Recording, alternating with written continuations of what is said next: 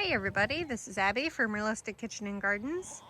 Today is April 30th. Sorry, I got very distracted.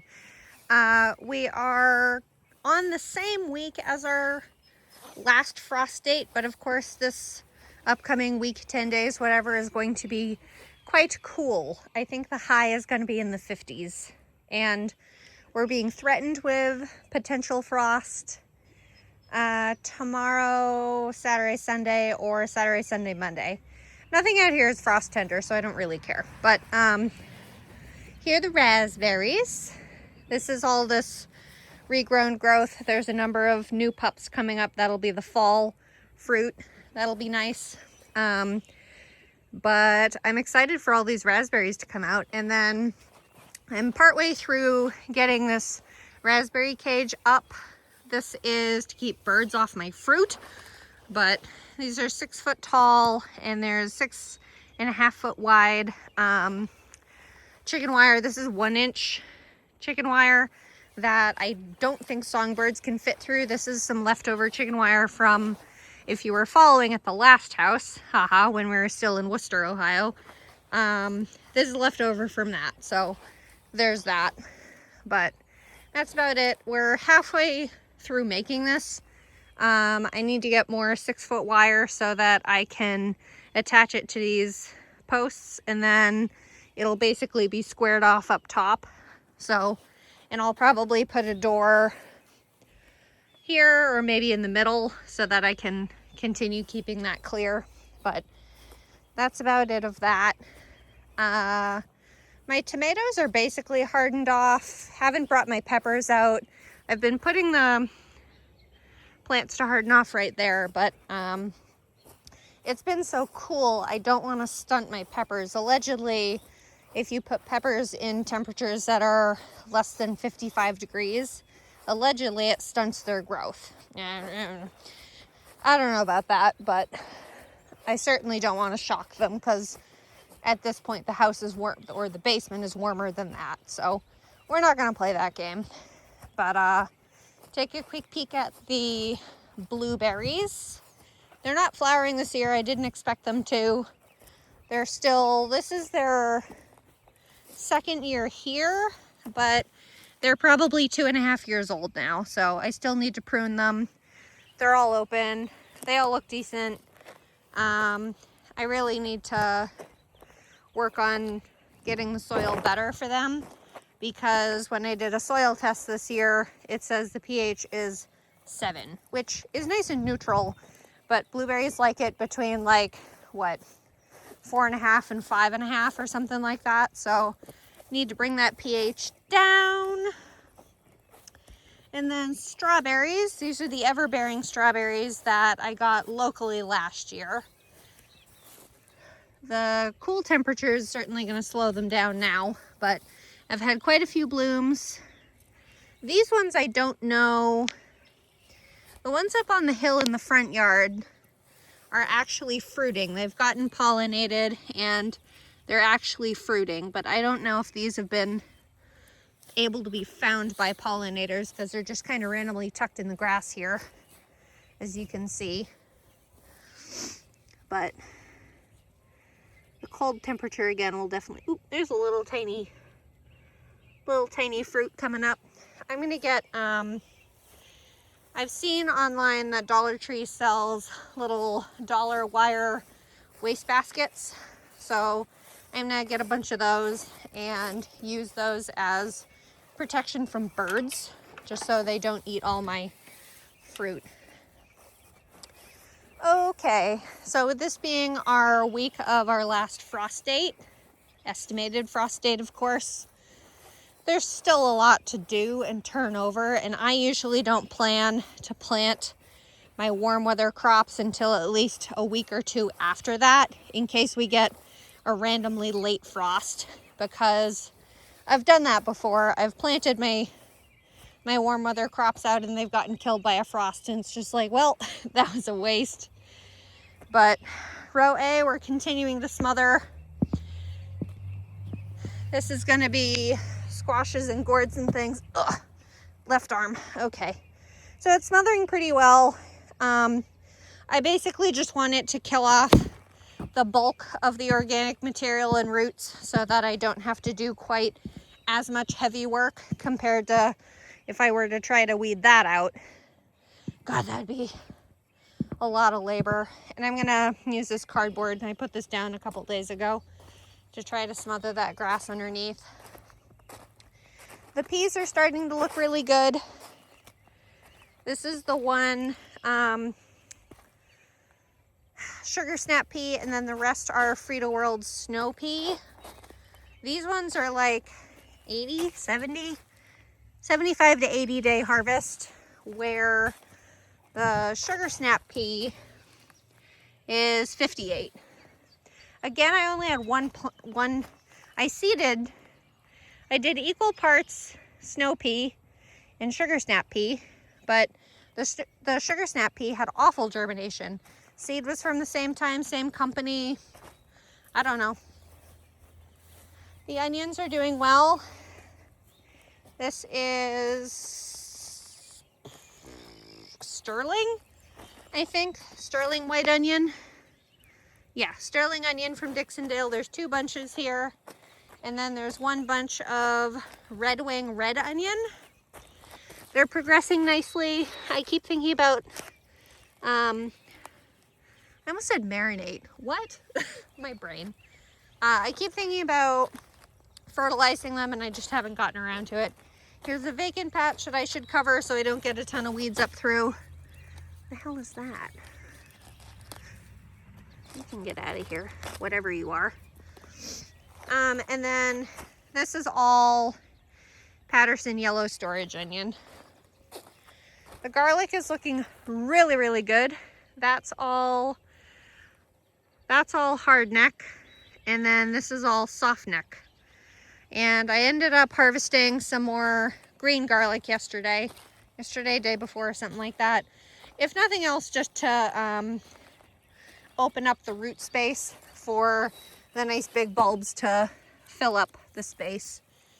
I'm trying to remember now, because I know with the onions last year, I had to pull the black plastic off early because the bulbs obviously got way too big underneath the plastic. So I wouldn't be able to pull the onions up. I wonder if I just left them under the plastic the entire time. Yep, it's starting to rain.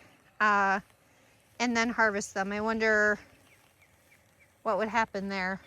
Or if they'd get too pissed off and hot. Oh, I remember why I took the black plastic off. Not only were the bulbs getting too big, a bunch of them were starting to bolt because they were too hot underneath the plastic. That's what it was.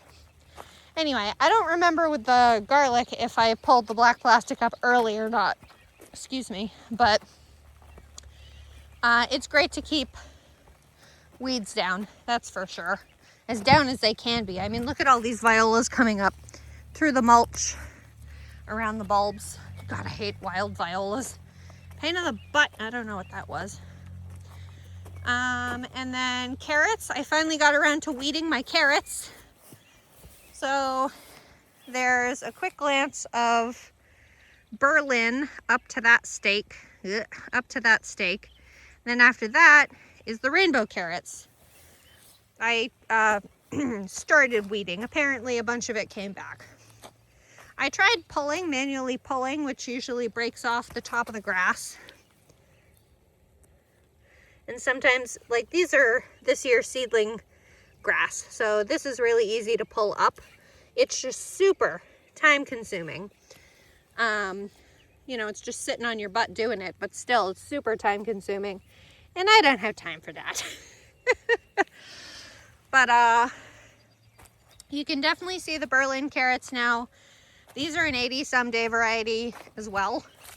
And then here's the rainbow blend carrots, which are, I think, the traditional 65 to 75. So this is a rainbow blend of red, orange, yellow, purple, white. Are all the colors I think they make carrots in. I don't think they've managed to make a blue carrot yet. Or turquoise, that would be weird. So these germinated really, really well, and they're growing really, really well. Both of these bunches were chaos sown. They were all covered with the same carrot boards at the same time.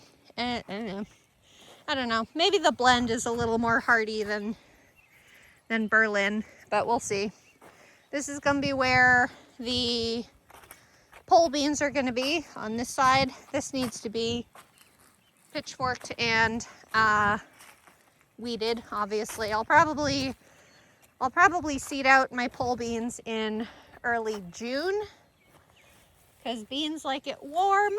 And then here's tundra cabbage, looking pretty good. I saw some, that's nice and firm.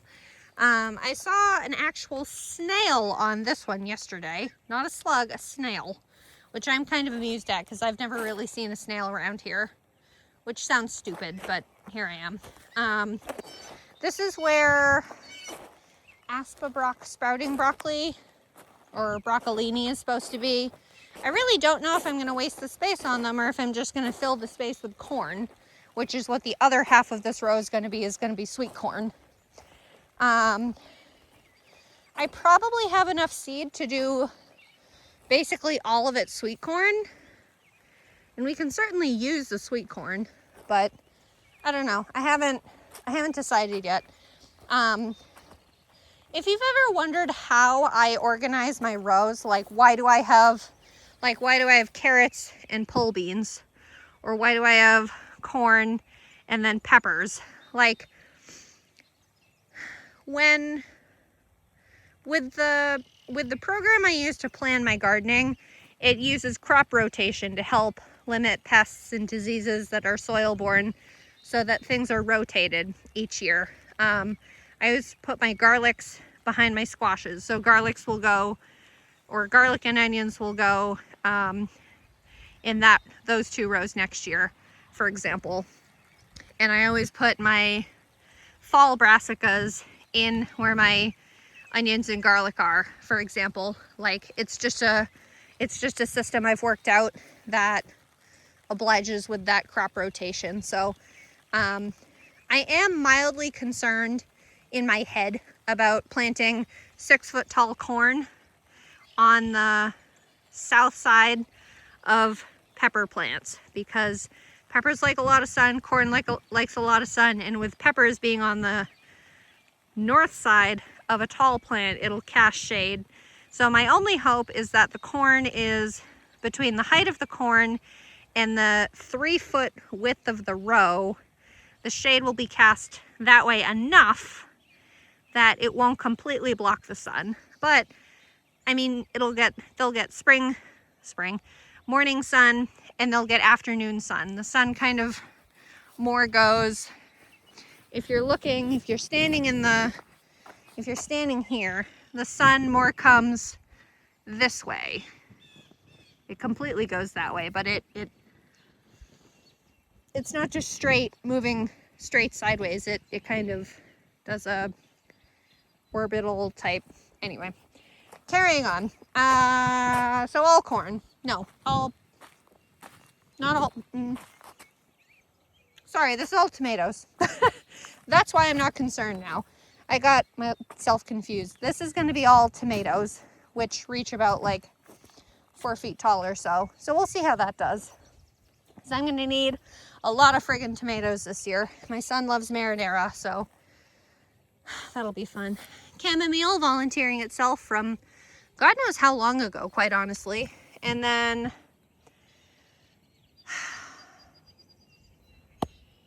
I'm trying to think of the potato variety names, and I haven't gotten them down this year because they're all new varieties to me. This is Pomerelle russet, I know that. So this is a russet variety. We're missing one there. That doesn't come up yet. 3. There might supposed to be one there. 4, 5, 6, 7. Missing one there. 8. Missing one there. 9, 10, 11, 12, 13. Maybe missing one there. This is a gold potato. Gold Gem, Yukon Gem. I think it's Yukon Gem because it's like a play on Yukon Gold and something else. But these are doing pretty well. Golds are allegedly the best producers. So 1, 2, 3, 4, 5, and 6. I see that one coming up. 7, 8, 9, 10, 11, 12, 13, 14, 15, 16, and 17. So every single one of these has come up. Yes, that's what I'm waiting for. I'm waiting for all the potatoes to be up enough for me to cut holes in that extra black plastic sheet I have over there so I can sheet the whole thing to try to reserve water, keep the soil cooler, and keep weeds suffocated. And then this variety, I think it's Carla Rose. No, Crimson Rose. It's a red variety. It's an early red variety. And the second part of the name is Rose, but I can't, Baltic Rose? Anyway, 1, 2, 3, 4, 5, 6. This one's really spread out. 7, 8, 9, 10, 11, 12, and missing one here. 13, coming up in 2 places. 14, and missing one here. Oh, there you are. You're way the hell over there. Cool. 14, 15. So we're missing 2 out of that one. So we're mostly just waiting on the russet. And then that row is the one with the carrots, with the peppers, because it has the rhubarb. It's going to be celery and then peppers all the way down. So those will be nicely in the sun. So that'll be good. I did move over my one surviving strawberry, June bearing strawberry, but this is definitely not gotten pollinated. If I can aim at the right place. These flowers were fully out, I think even last time when I had you guys in here, but I don't think anything's found them. That's my baby monitor in my pocket. And then this row is going to be all flowers of many different varieties, 5 feet of each variety. I did seed out some Nigella here. I haven't seen it. I'm wicked late on seeding Nigella. What else is new? And then I'm still struggling to terminate this frickin' ryegrass, as I usually do. I always struggle terminating rye. I buzzed it right to the ground and it's still coming up. So I don't know. I have a roller. I may try to put a bit of water in it and just have my husband pull it along. So we'll see.